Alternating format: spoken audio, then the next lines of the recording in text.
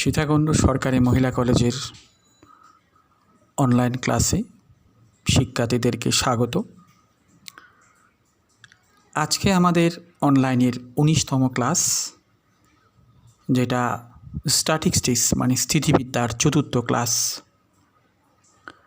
গত ক্লাসে আমরা স্থিতিবিদ্যার 8A শেষ করেছিলাম। আজকে আমরা 8B এর বেসিক সূত্রগুলো একটু আলোচনা করি। প্রথমে আমরা যেটা আলোচনা করব বলের ত্রিভুজ সূত্র।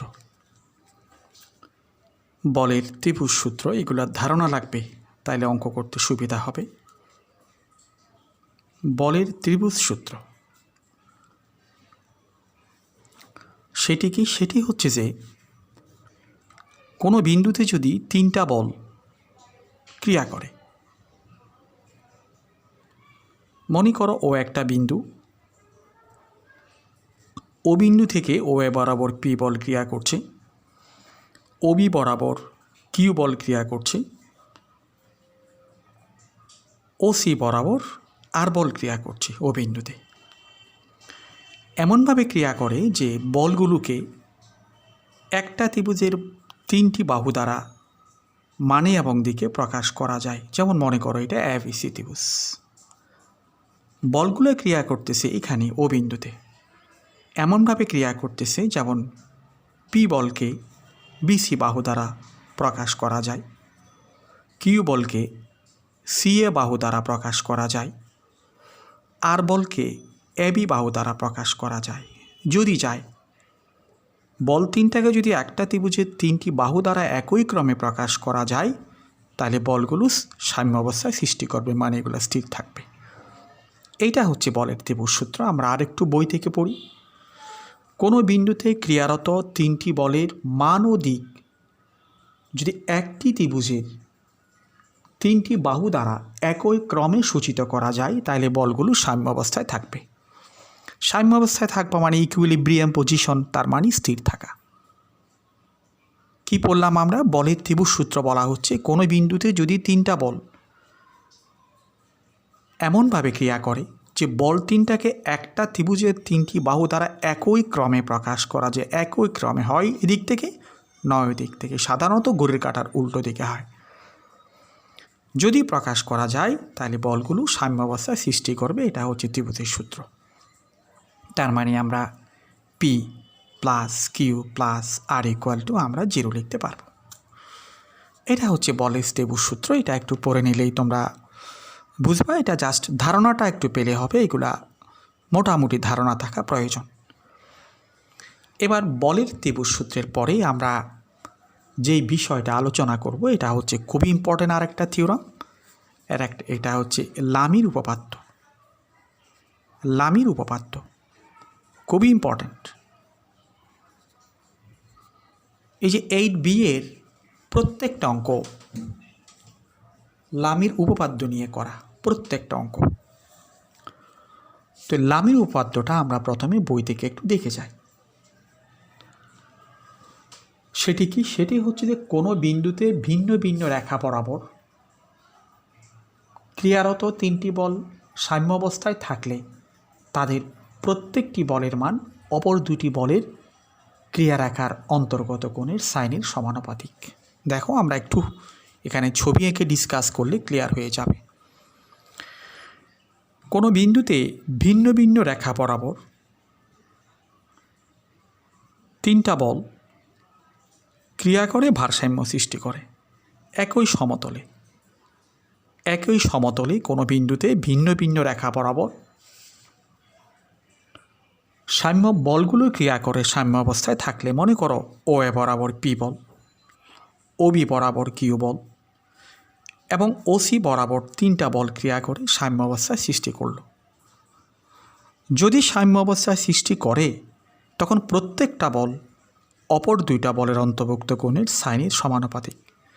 যেমন ধরো আমরা কিউ এবং আর এর অন্তর্ভুক্ত কোণকে যদি আলফা বলি, আর এবং পি এর অন্তর্ভুক্ত কোণকে যদি আমরা বিটা মনে করি, পিউ এবং কিউর অন্তর্ভুক্ত কোণকে যদি আমরা গামা মনে করি, তাইলে ও বিন্দুতে ভিন্ন ভিন্ন যে রেখা বরাবর 3টা একতলীয় বল ক্রিয়া করে যদি সাম্যাবস্থা সৃষ্টি করে, তখন প্রত্যেকটা বল অপর দুইটা বলের অন্তর্ভুক্ত কোণের সাইনের সমানুপাতিক হবে, মানে P by sine of B O C কোণ মানে আলফা, অর্থাৎ কিউ এবং আর এর অন্তর্ভুক্ত কোণ equal to Q by sine of P এবং আর এর অন্তর্ভুক্ত কোণ মানে beta equal to R by P এবং কিউর অন্তর্ভুক্ত কোণ মানে আলফা গামা। তার মানে আমরা আরেকটু আলোচনা করি। কোনো বিন্দুতে ভিন্ন ভিন্ন রেখা বরাবর তিনটে একতলীয় বল, ভিন্ন ভিন্ন রেখার কথা আসতে হবে, এক তলের কথা আসতে হবে, ক্রিয়া করে যদি ভারসাম্য সৃষ্টি করে, তখন যে কোনো একটা বল অপর দুইটা বলের অন্তর্ভুক্ত কোণের সাইনের সমানুপাতিক, এটাকে বলা হচ্ছে লামির উপপাদ্য। তাহলে লামির উপপাদ্য কি? কোনো বিন্দুতে ভিন্ন ভিন্ন রেখা বরাবর তিনটে একতলীয় বল ক্রিয়া করে যদি ভারসাম্য সৃষ্টি করে, তবে প্রত্যেকটা বল অপর দুইটা বলের অন্তর্ভুক্ত কোণের সাইনের সমানুপাতিক। তার মানে পি বল বাই কিউ এবং আর বলের অন্তর্ভুক্ত কোণের কিউ এবং আর বলের অন্তর্ভুক্ত কোণ আলফার সাইনের সমানুপাতিক মানে sine alpha equal to Q by P এবং আর এর অন্তর্ভুক্ত কোণ বিটার সমান সাইন সমানুপাতিক, তার মানে sine beta equal to R by P এবং কিউ বলের অন্তর্ভুক্ত কোণ গামা এর সাইন অনুপাত আর বাই সাইন গামা। এটা মনে রাখতে হবে। এইটা দিয়ে প্রায় প্রত্যেকটা অঙ্ক কিন্তু হবে। এটা খুবই ইম্পর্ট্যান্ট একটা থিওরাম। 8B এর প্রত্যেকটা অঙ্ক লামিস থিওরাম দিয়ে হবে। আচ্ছা, এটা হচ্ছে লামির উপপাদ্য। এবার দেখো লামির বিপরীত উপপাদ্য, লামির বিপরীত, এগুলো একটু ধারণা থাকা উচিত। বিপরীত উপপাদ্য লামিরটা কি? লামিরটা জানলে লামির বিপরীতটা আমরা জেনে যাব। লামিরটা কি বলা হচ্ছে? লামিরটা বলা হচ্ছে যে কোনো বিন্দুতে ভিন্ন ভিন্ন রেখা বরাবর তিনটে একতলীয় বল ক্রিয়া করে যদি সাম্য অবস্থায় থাকে, তাহলে প্রত্যেকটা বল অপর দুইটা বলের অন্তর্ভুক্ত কোণের সাইনের সমানুপাতিক। আর লামির বিপরীতটা বলা হচ্ছে যে কোনো বিন্দুতে ভিন্ন ভিন্ন যে রেখা বরাবর তিনটা বল যদি এমনভাবে ক্রিয়া করে যে প্রত্যেকটা বল অপর দুইটা বলের অন্তর্ভুক্ত কোণের সাইনের সমানুপাতিক, তবে বলগুলো সাম্য অবস্থায় থাকবে। লামিয়ে বলতেছে সাম্য অবস্থায় থাকলে সাইন সমানুপাতিক হবে, আর বিপরীতটা বলতেছে সাইন সমানুপাতিক হলে সাম্য অবস্থায় থাকবে।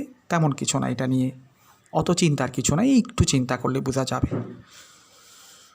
তাহলে লামির উপপাদ্য এবং লামির বিপরীত উপপাদ্য, 8Bতে এই কনসেপ্টগুলো থাকলে আমরা অঙ্ক করতে পারবো।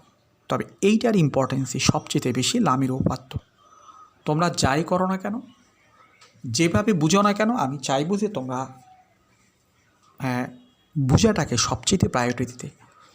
অঙ্ক করা যাবে, অঙ্ক অনেক জায়গাতে করা আছে, এই খাতায় করা আছে, নোট বইতে করা আছে, নোট খাতাতে করা আছে, বহু জায়গায় করা আছে, কিন্তু বুঝার কোনো বিকল্প নেই। তোমাকে তো পরীক্ষার হলে বুঝে করতে হবে, দেখে দেখে তো আর করতে পারবে না। সুতরাং বুঝার কোনো বিকল্প নেই, এই জিনিসটা একদম 100% মনে রাখতে হবে আমাদেরকে। আচ্ছা, এবার আমরা তো অঙ্কের দিকে চলে যাচ্ছি। উদাহরণ 5। উদাহরণ 5 দেখো, উদাহরণ 5 কি বলা হচ্ছে আমরা একটু দেখি। উদাহরণ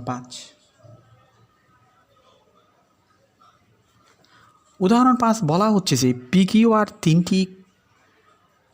তিনটি কোনো ত্রিভুজের ABC ত্রিভুজের শীর্ষবিন্দু থেকে তাদের বিপরীত বাহুর উপর লম্বা অভিমুখী দিকে ক্রিয়া করে ভারসাম্য সৃষ্টি করে। প্রমাণ করো যে P অনুপাত Q অনুপাত R ইকুয়াল টু A অনুপাত B অনুপাত C। দেখো, এটা একটা ত্রিভুজ, ABC ত্রিভুজ মনে করলাম। PQR বল তিনটি কোনো ত্রিভুজের ABC বিন্দুতে C বিন্দু হতে যথাক্রমে তাদের বিপরীত বাহুর উপর লম্বা অভিমুখী। যেমন A বিন্দু থেকে BC এর উপর আমরা মনে করি AD লম্ব। এই P বলটা এভাবে ক্রিয়া করে, A বিন্দু থেকে বিপরীত বাহুর উপর লম্ব বিমুখের দিকে ক্রিয়া করে। আবার B বিন্দু থেকে মনে করো AC এর উপর BE লম্ব। তাহলে Q বলটা B বিন্দু থেকে এসি এর উপর লম্বা অভিমুখের দিকে ক্রিয়া করে, আর আর বলটা সি বিন্দু থেকে এ বি এর উপর লম্ব সিএফ বরাবর ক্রিয়া করে। এভাবে এই যে লম্ব তিনটা যখন এখানে ছেদ করলো, এটাকে নাম হচ্ছে লম্ব কেন্দ্র। আমরা পড়ে আসছি, শুরুতেই পড়ে আসছি লম্ব কেন্দ্র সম্পর্কে।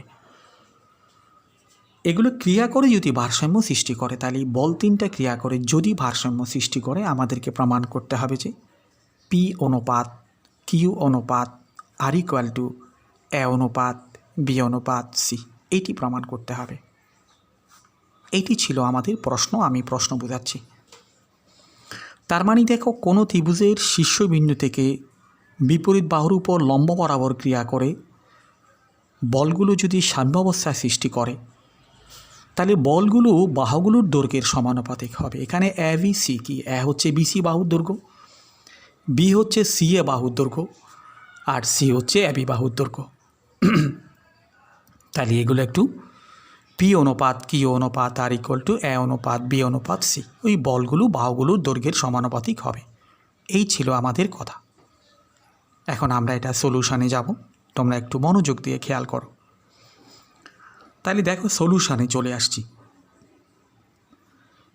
ত্রিভুজের শীর্ষবিন্দু থেকে বিপরীত বাহুর উপর অঙ্কিত লম্বত্রয় ও বিন্দুতে ছেদ করে ও তাহলে লম্ব কেন্দ্র।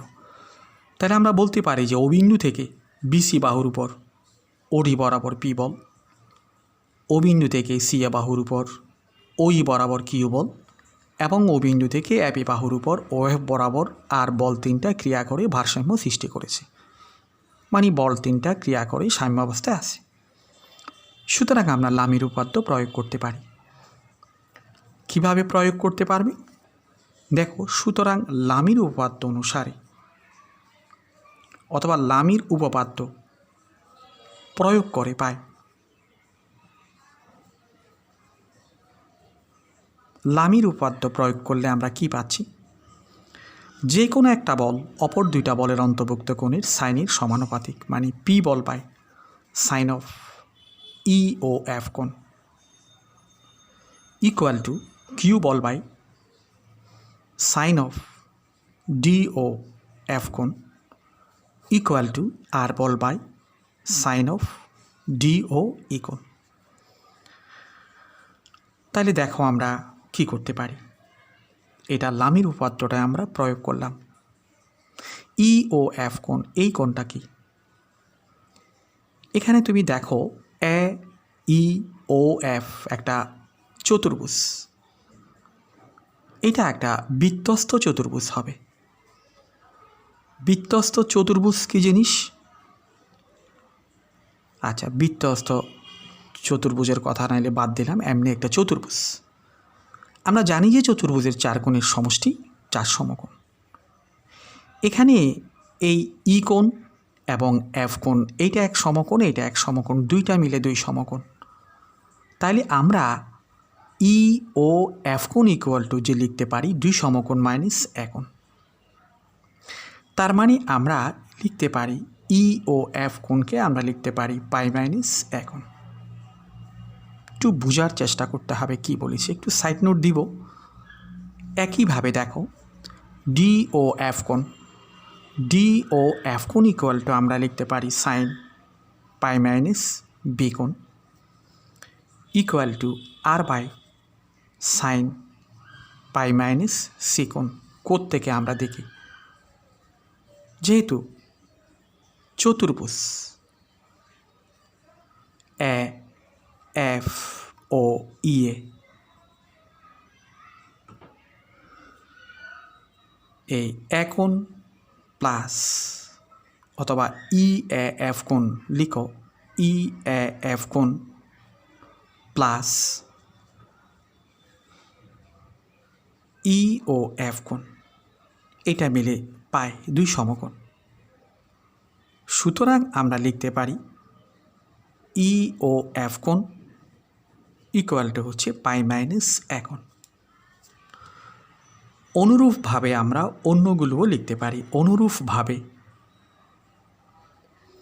আমরা কি লিখতে পারি, ডি ও এফ কোণ equal to, D O F কোণ ইকুয়াল টু আমরা কি লিখতে পারি, পাই মাইনাস বি কোণ এবং ডি ও ই কোণ ইকুয়াল টু আমরা লিখতে পারি পাই মাইনাস সি কোণ। এইগুলো আমরা এখানে বসিয়ে দিলাম। এটা সাইড নোট থাকবে।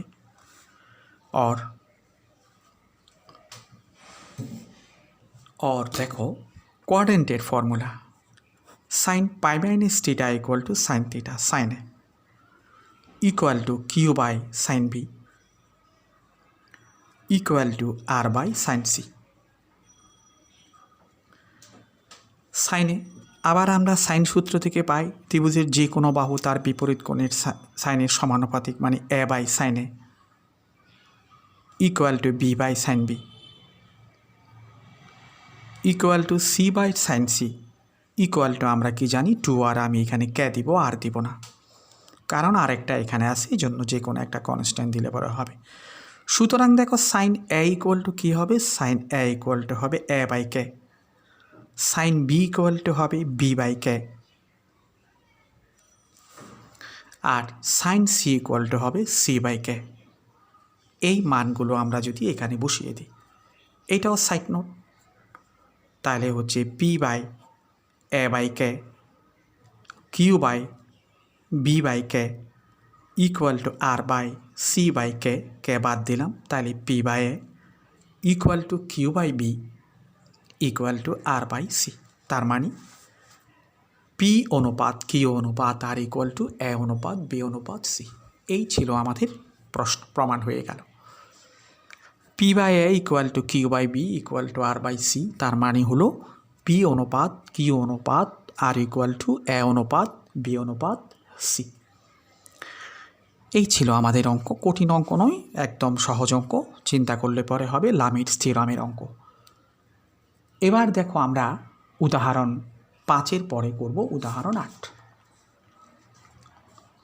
উদাহরণ 8 নাম্বারটা একটু দেখি।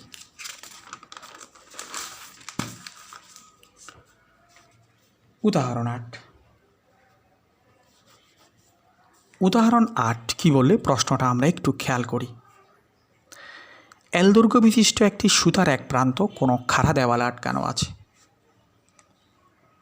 এবং তার অপর প্রান্তে ব্যাসার্ধ বিশিষ্ট একটি সুষম গোলকের উপরস্থ কোনো বিন্দুতে সংযুক্ত আছে।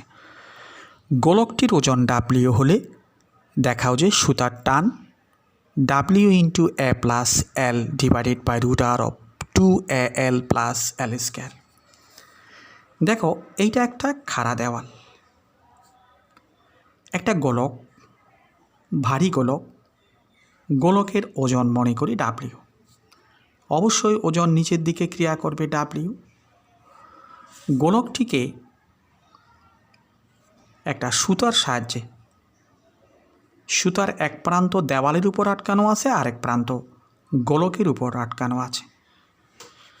সুতার দৈর্ঘ্য হচ্ছে এল, মানে এই দূরত্বটা হচ্ছে এল,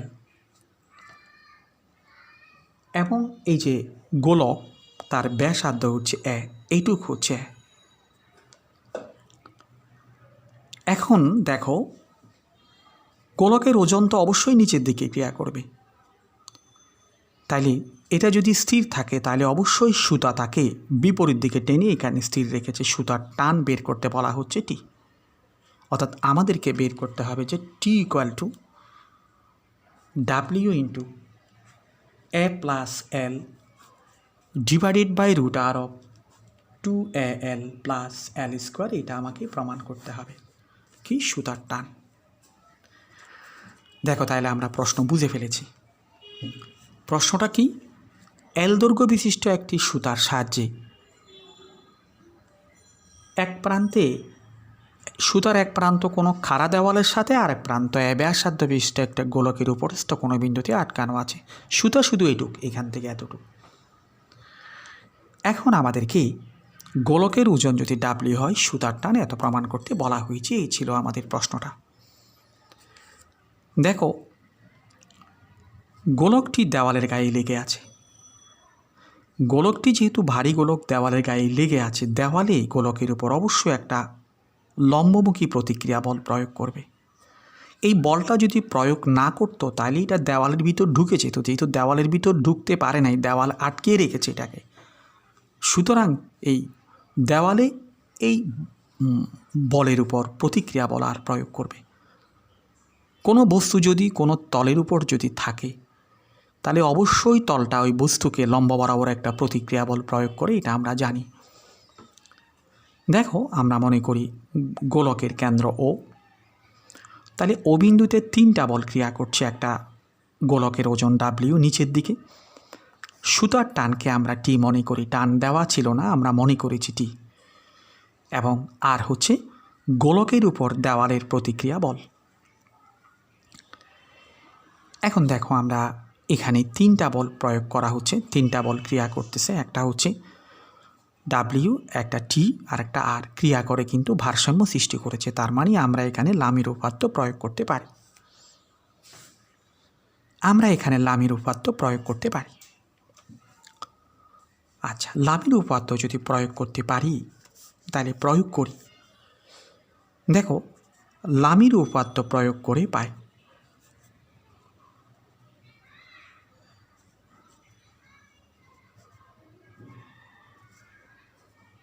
তাহলে লামির উপপাদ্য প্রয়োগ করে কি পাই?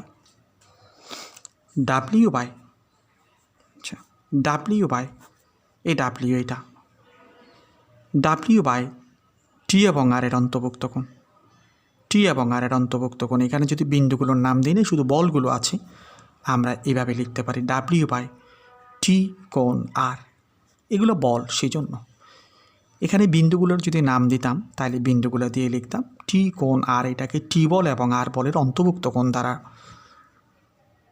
কোণ প্রকাশ করা হচ্ছে, ইকুয়াল টু টি বাই এই বল বাই আর এবং ডাব্লিউ এর অন্তর্ভুক্ত কোণ সাইন আর কোণ W, equal to R by T এবং ডাব্লিউ এর অন্তর্ভুক্ত কোণ। সেটা দরকার নেই, সেটা না লিখলেও অসুবিধা নেই আমার, আর কিন্তু প্রশ্নে দেওয়া ছিল না, আর আমরা মনে করেছি, সুতরাং এখানে আর এর তেমন একটা ভূমিকা নাই, এই জন্য আমি ওইটা লিখে নাই, প্রয়োজন নাই, যেটা প্রয়োজন নেই সেটা লিখতে রাজি নই, সোজা কথা।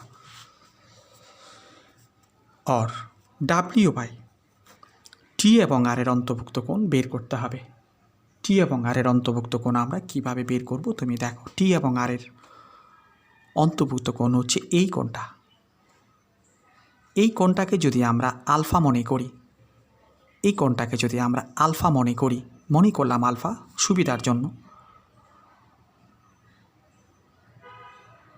এই কোণটাকে যদি আমরা এইটা না, আমরা একটা কাজ করি, আমরা এইটাকে আলফা মনে করি, তাহলে সুবিধা হবে। আমরা এইটাকে আলফা মনে করি, এইটাকে ভিতরেরটাকে যদি আলফা মনে করি তাহলে ওইটা আসতেছে সাইন পাই মাইনাস আলফা। দেখো তুমি পুরোটা তো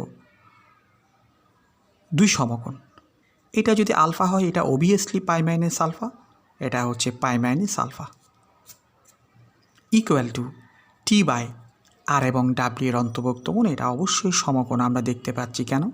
ডাব্লিউ লম্বালম্বিভাবে নিচের দিকে আর এটা ভূমির সমান্তরাল, ডাব্লিউ নয়, এটা টি বাই সাইন 90 ডিগ্রি। তাহলে দেখো আমরা একটু লিখি W by sine alpha equal to T sine 90 degree মান 1 और T equal to W by sine alpha. এখন সাইন আলফার মানটা আমরা কিভাবে পাই? সাইন আলফার মানটা আমরা কিভাবে পাই একটু দেখি। এইটাকে যদি সাইন আলফা ধরি, বিন্দুগুলো নাম দিতে হবে শেষ পর্যন্ত, আমি দিতে চাইছিলাম না, এটাকে এ বিন্দু দাও, এটাকে ও বিন্দু দাও, এটাকে বি বিন্দু দাও। দেখো ত্রিভুজ এ ও বি থেকে, এ ও বি এটা কিন্তু একটা সমকোণী ত্রিভুজ। সাইন আলফা ইকুয়াল টু কী আসবে? সাইন আলফা ইকুয়াল টু আমরা জানি যে লম্ব বাই অতিভুজ, A B by O A B by O A. এখানে দেখো এ বি বাই ও এ মানে কত? ও এ মানে হচ্ছে এখানে ও এ মানে হচ্ছে এল প্লাস এ, সুতার দৈর্ঘ্য প্লাস গোলকের ব্যাসার্ধ, আর ও বি মানে হচ্ছে এ গোলকের ব্যাসার্ধ। সুতরাং এবি মানে হচ্ছে পিথাগোরাসের উপপাদ্য অনুসারে √r O square minus OB square. সেই জিনিসটাই আমি এখানে বসাবো। তাহলে এবি মানে আমি কি পেলাম? এবি মানে আমি পেলাম যে √r O square minus OB square divided by OA। OA মানে কত? OA মানে হচ্ছে L plus A whole square, আর এটা হচ্ছে A স্কোয়ার, এটা হচ্ছে L প্লাস A। নিচে L প্লাস A, উপরে L square plus 2AL plus A square, A square A square চলে গেল, চলে যাওয়ার পরে থাকতেছে 2AL প্লাস L স্কোয়ার। এই সাইন আলফার মানটা পুরোপুরিভাবে আমি এখানে বসিয়ে দিচ্ছি। সাইন আলফার মান তুমি যেহেতু দিয়ে এটা পুরোটাই সাইড নোট হিসাবেও দিতে পারো। তাহলে সাইন আলফার মান হচ্ছে L plus A divided by √r 2L plus L square. আমি এইটাকে লিখলাম 2L প্লাস L স্কোয়ার। এই দেখো সুতার টান বেরিয়ে আসলো, plus L square divided by A plus L অথবা L প্লাস A। কী কথা, আমরা কি ভুল করলাম নাকি? আমরা কি অঙ্ক ভুল টুল করে ফেললাম? একটু দেখি তাইলে। হ্যাঁ, আমরা বোধহয় এখানে সাইন আলফার মানটা ঠিকমতো বসাই নাই। T = W সাইন আলফা আমরা বোধহয় উল্টো বসিয়েছি, এই জিনিসটা একটু ক্রস করো। তাহলে দেখো T = W সাইন আলফা আমি পরবর্তী অংশ এখানে করে দিচ্ছি, শুধু মান বসালে পরে হয়ে যাচ্ছে W সাইন আলফা। সাইন আলফার মান কত পেলাম? √r 2AL plus L square divided by L plus, এটা নিচে না লিখে আমরা উপরে লিখে দিচ্ছি। এইটাই আমাদের ওই সুতার টান। সুতরাং সুতার টান এটা ওই লাস্টের টান, একদম লাস্ট ক্যালকুলেশানটা এখানে করেছি। সুতার টান W × L plus A divided by √r 2L plus L square আমরা করে ফেলেছি। তাইলে এবার পরবর্তী অঙ্ক আমাদের এটা কত করলাম? উদাহরণ 8। এবার দেখো আমরা প্রশ্নমালাতে চলে যাচ্ছি। প্রশ্নমালা 3-2 নাম্বার অঙ্কটা আমরা একটু করে ফেলি। দেখো এটা অনেকবার আসছে অঙ্কটা 3-2।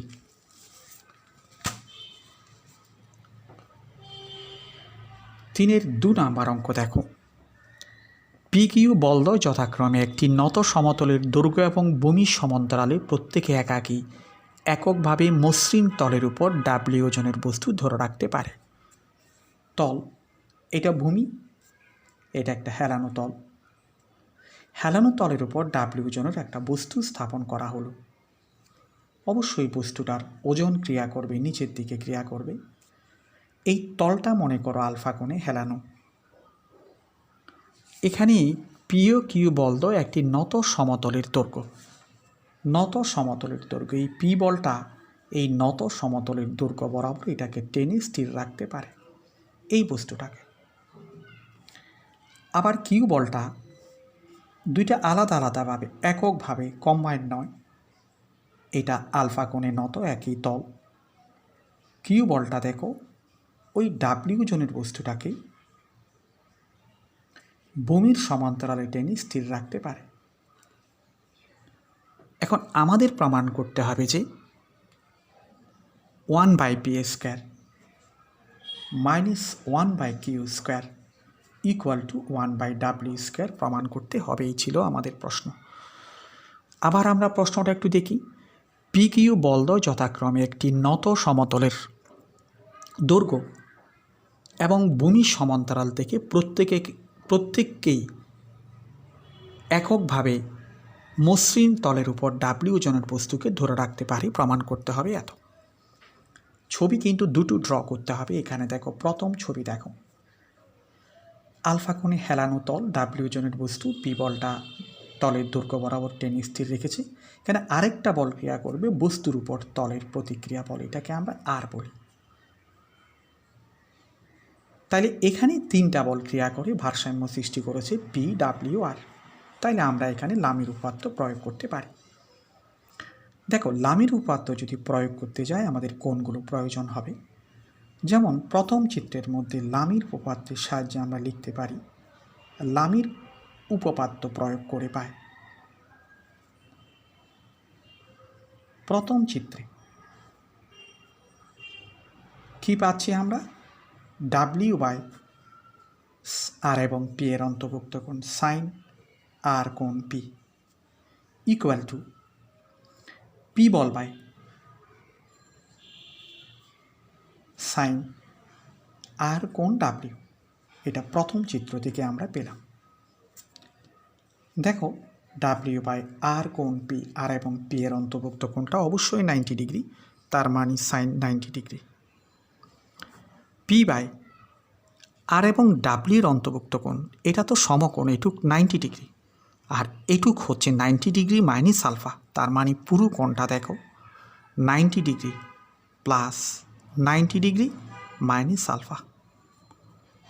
তার মানে আমরা লিখতে পারি সাইন 90 ডিগ্রি মান 1, সাইন 2 সমকোণ মাইনাস থিটা ইকুয়াল টু হচ্ছে যে সাইন থিটা। এখান থেকে আমি পি এর মান বের করে নিলাম, P equal to W sine alpha.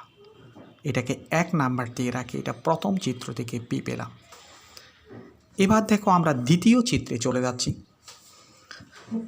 দ্বিতীয় চিত্রে তুমি দেখো এখানেও এই হেলানো তলটা বস্তুর উপর একটা প্রতিক্রিয়া বল প্রয়োগ করবে। এটাকে আমরা আর বলতে পারে, R1 বলতে পারে, R1 দাও, কারণ এইগুলো সমান না হতে পারে। ব্যালেন্স করার জন্য কোণ যেহেতু ঠিক নাই, বলের পরিবর্তন থাকতে পারে। তাহলে এখানে যদি আমরা লামির উপপাদ্য প্রয়োগ করি, আমরা লিখতে পারি যে W by sine of R এবং কিউর অন্তর্ভুক্ত কোণ R1 কোণ কিউ ইকুয়াল টু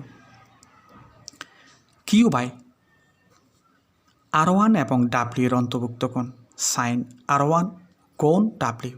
একটু খেয়াল করলে বুঝে যাবে, কঠিন অঙ্ক নয়। অর ডাব্লিউ বাই R1 এবং কিউর অন্তর্ভুক্ত কোণ কত? এটা 90 ডিগ্রি, এটা আলফা, তাহলে সাইন 90 ডিগ্রি প্লাস আলফা। আর কিউ বাই R1 এবং ডাব্লিউর অন্তর্ভুক্ত কোণ আগের মতো সাইন 180 ডিগ্রি মাইনাস আলফা। और W by cos alpha equal to Q by sine alpha. সুতরাং কিউর মান বের করো, কিউ ইকুয়াল টু হচ্ছে W sine alpha by cos alpha. তাইলে আমরা দেখো এটাকে 2 নাম্বার দিয়ে 1 নাম্বার থেকে পি এর মান বের করলাম, 2 নাম্বার থেকে কিউর মান বের করলাম। সুতরাং লেফট হ্যান্ড সাইড যেটা প্রমাণ করতে হবে সেটা 1 বাই পি স্কোয়ার মানে W square sine square alpha minus 1 by Q square মানে W square sine square alpha divided by cos square alpha. এটাকে আমরা উপরে লিখে ফেলতেছি W square sine square alpha লসাগু, এখানে 1 মাইনাস কস স্কোয়ার আলফা, তার মানে সাইন স্কোয়ার আলফা চলে গিয়ে 1 বাই ডাব্লিউ স্কোয়ার। তার মানে আমাদের প্রমাণটা হয়ে গেল। এখান থেকে ওই ডাব্লিউর মান বের করলে আবার প্রমাণ ওইটাও চলে আসছে, দুইটা একই জিনিস। তাইলে ঠিক আছে, আজকে আমাদের পড়া আপাতত এখানেই সমাপ্ত। ধন্যবাদ।